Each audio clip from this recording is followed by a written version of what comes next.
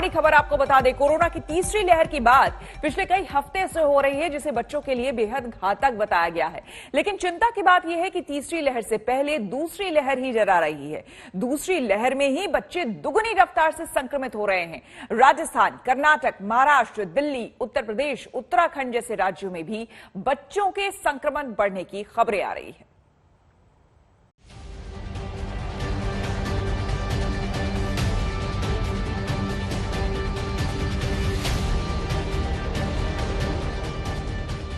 क्या तीसरी लहर का डर दूसरी लहर से ही सच बनता जा रहा है?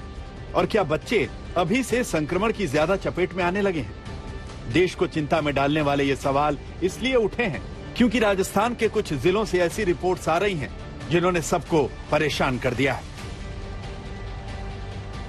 राजस्थान के दौसा, डूंगरपुर, सीकर, झालावाड़, बाड़मेर जैसे जिलों में बच्चों में संक्रमण के मामले मिले हैं।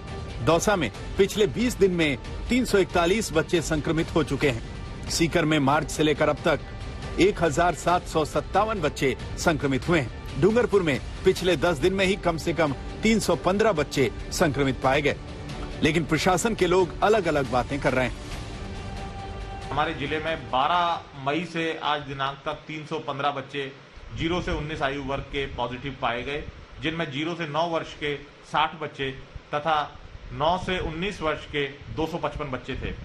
सभी बच्चों को दवाएं दे दी गई हैं। कहीं से ऐसी न्यूज मुझे किसी ग्रुप के माध्यम से मिली कि इतने सारे बच्चे संक्रमित हो गए, तो मैं उसका खंडन करना चाहूंगा कि वो संख्या भी सही नहीं है।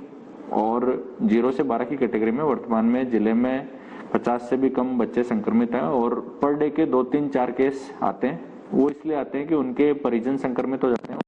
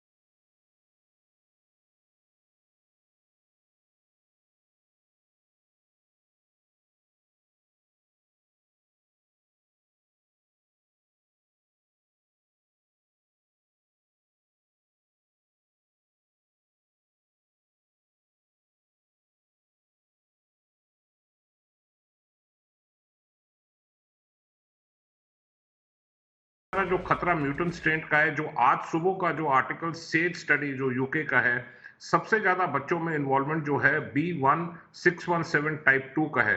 50% मतलब 50% जो आंकड़े बच्चों में ये इस म्यूटेंट स्ट्रेन के पाए गए हैं।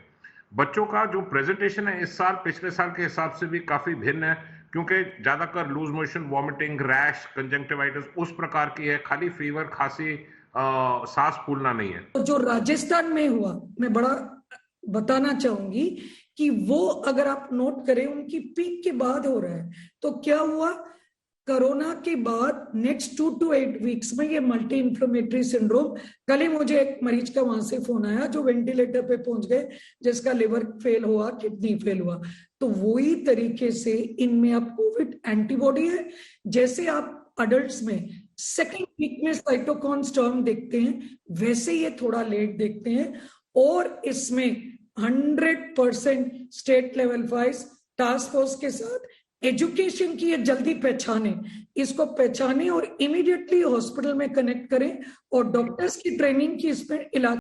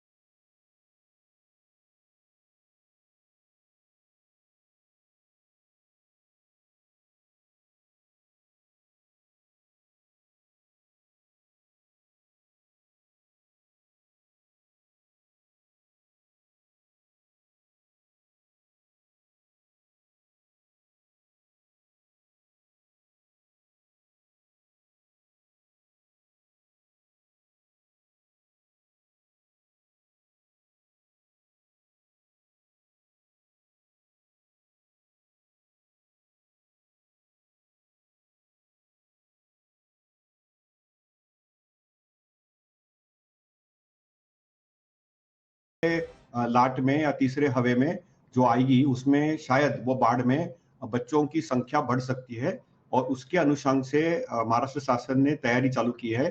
उन्होंने पीडियाट्रिक जो शिशु रोग तज्ञ जो है उनकी एक मीटिंग बुला के उनके सब एक्सपर्ट्स को बुला के उनके साथ एक विचार विमर्श करके उनकी एक प्रोटोकॉल और गाइडलाइन बनाई है ट्रीटमेंट के लिए, प्रिवेंशन के लिए।